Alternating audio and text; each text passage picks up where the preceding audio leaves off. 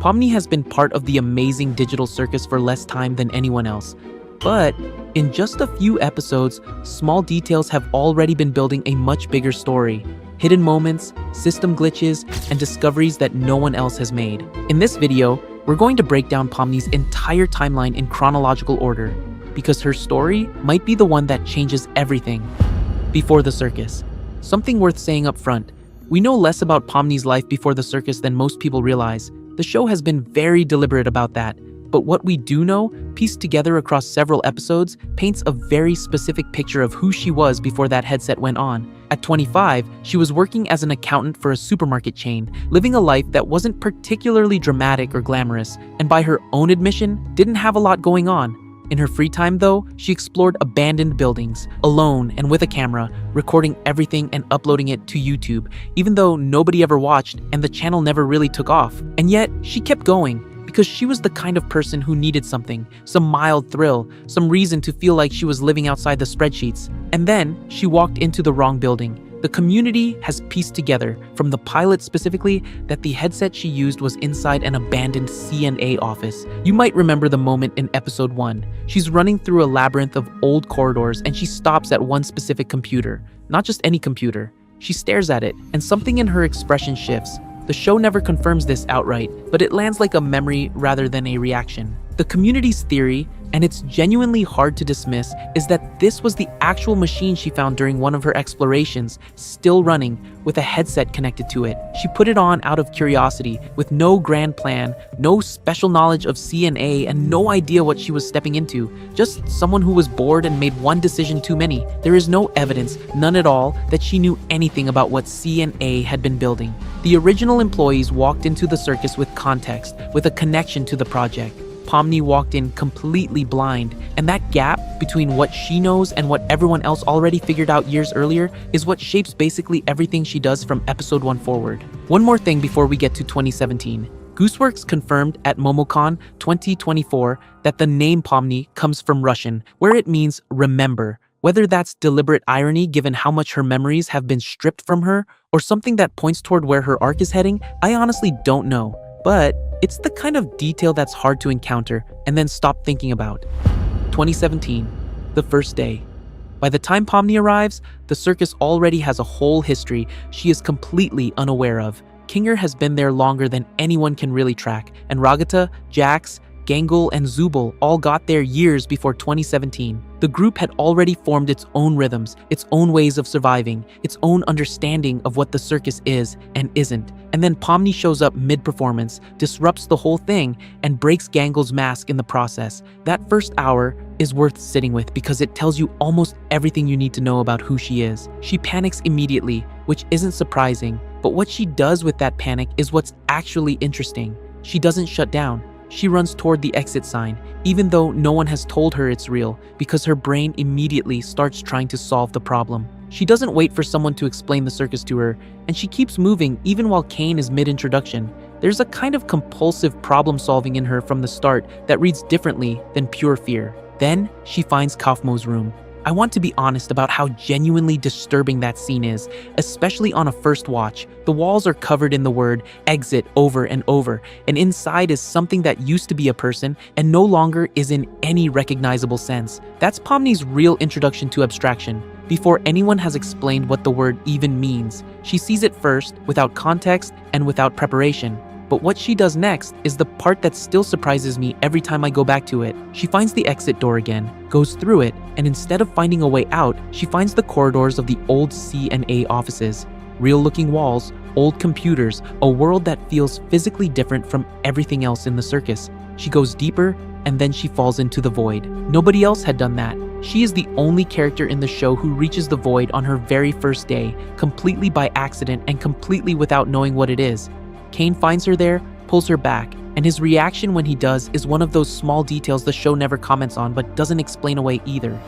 Early adaptation, episodes 2 and 3. Something shifts between episode 1 and episode 2 that doesn't get talked about enough. By the time the Candy Canyon adventure starts, Pomni is already operating differently in the system. She's still scared and clearly not okay, but there's a technical awareness in how she moves through the environment that wasn't there in the pilot. What makes this stretch of episodes particularly interesting, though, is how she handles what happens with Gummigoo.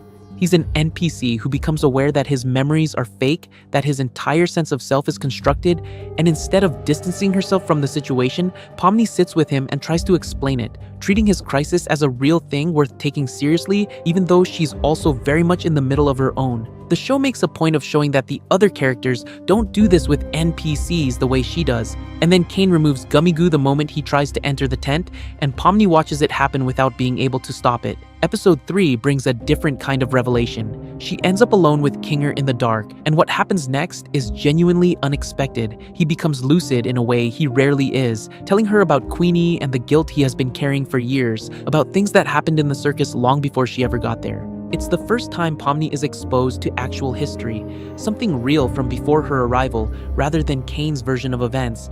And even if she doesn't fully process what it all means yet, it clearly lands on her in a way that stays.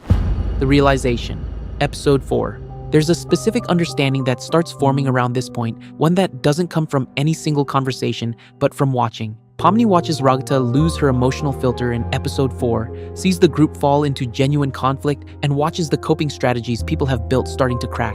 Then there's Gangle, completely overwhelmed outside the food place, screaming and losing her patience entirely, while Pomni just stands there observing her quietly, unable to do anything about it. And she starts to understand something the show doesn't put into words for her. Most of the survival strategies she's watching aren't really working. They're just delaying something worse. She saw abstraction in Kaufmo from day one, and she sees the edges of it in other people as the episodes go on. By episode 4, she has a clearer picture of what it actually means to be inside this place long enough, and it is not a comfortable picture. System exposure, episodes 5 and 6. Episode 5 is when Pomni reveals her actual past on screen for the first time. She mentions being an accountant, working for a supermarket chain, the failed YouTube channel, the abandoned buildings. She says it plainly and without apparent trauma around it, which is interesting because it's not exactly a triumphant backstory. It feels like someone who has started to let the circus be real enough that her life before it is also allowed to be real. And then evil Pomni appears. This is something the fandom has spent a lot of time with, and honestly, I think the response is proportionate to how strange and loaded the moment is. Inside the simulation, Pomni encounters a version of herself that is everything she is not. Unhinged, destructive, unafraid. The show frames it as a product of the simulation rather than confirmation of something literal. But the fact that what the system generates when it generates her shadow is specifically, this is hard to ignore. She keeps herself tightly controlled, and something is clearly underneath that. Episode 6 brings another layer. Pomni discovers for the first time that the humans in the circus can conjure, that they have abilities Kane has, and that the system isn't just something being done to them but something they might be able to act on. It's a small shift in how she understands the situation, but it's a significant one. The breaking point, episodes 6 and 7. The confrontation with Jax in episode 6 is worth spending time on because it doesn't resolve cleanly. He tells her that none of it is real, that she needs to stop caring, and she doesn't accept that. She asks him something the show treats as genuinely uncomfortable, whether his cruelty, specifically his cruelty, is part of what pushes people toward abstraction. He starts to answer and then backs off, and that non-answer is its own kind of answer. Then she asks what he would do if she abstracted. He says he would move on and forget about her, and she attacks him physically. He doesn't fight back. I find that whole exchange fascinating because both of them are doing something interesting at the same time. Jax is performing not caring so hard it becomes indistinguishable from actual not caring, except when you watch closely enough, and Pomni is the first person in the show who pushes him on it directly and doesn't accept the deflection. Something in that interaction cracks something small in both of them. Episode 7 brings a different kind of blow. Pomni meets Abel, an NPC who claims to be a former C&A employee and tells the group there is a way out. Reach the console and press the right button. The group moves toward it, and for a moment it genuinely feels like something might change. It doesn't. Abel is eliminated, and the whole setup turns out to be a simulation Kane constructed from the start. Pomni is left with two things that are very hard to reconcile. Genuine proof that escape might be possible, and equally genuine proof that Kane will build entire false realities to prevent them from reaching it. And then there's the console with the actual buttons. One of them supposedly leads out of the system entirely, and Jax presses the red one. She gets to a point in that episode where she understands more about the system than maybe anyone else in the group. She has been present at every significant revelation. The Void on Day 1, Kinger's History in Episode 3, The Truth About Kane's Manipulation in Episode 7, The Failed Escape in the same episode. She has a map that nobody drew for her. Clarity, Episode 8. Episode 8 changes things in a way the series has been building towards since the beginning. Kinger tells the actual history of the Digital Circus, covering where C and A came from, who built it, what Kane is and where he came from, and what happened to the people who were there before.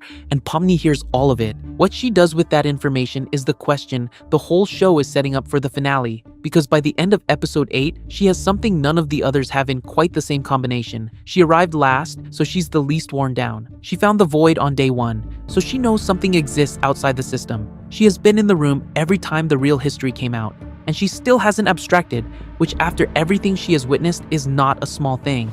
Present state and what comes next. The trailer for Episode 9 gives a few things away. Pomni, in tears, says she really wanted to help, and the group is clearly at some kind of wall. The official description says they discover the truth about the Digital Circus and its history, and then it asks whether they will come to terms with what they find or make the other choice. Whatever that choice is, Pomni has been set up across every single episode as the character most likely to actually understand what it means. What I personally think, and this is just my read, the show has not made her the most informed character in the room by accident.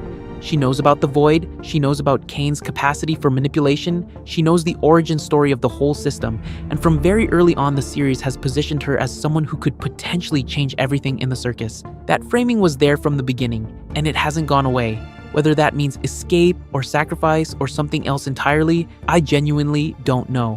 What I do know is that the girl who walked into an abandoned building out of boredom and ended up in the Void on her first day inside a digital prison has not been sitting still. She has been paying attention, and that might be the most dangerous thing anyone in the circus can be. I want to know where you think this ends for her. Does she get out? Does she stay by choice? And if you had to pick the one moment across all 8 episodes that you think actually defines her, what would it be? Drop it in the comments. If you want the breakdown when Episode 9 drops, subscribing helps. Thanks for watching.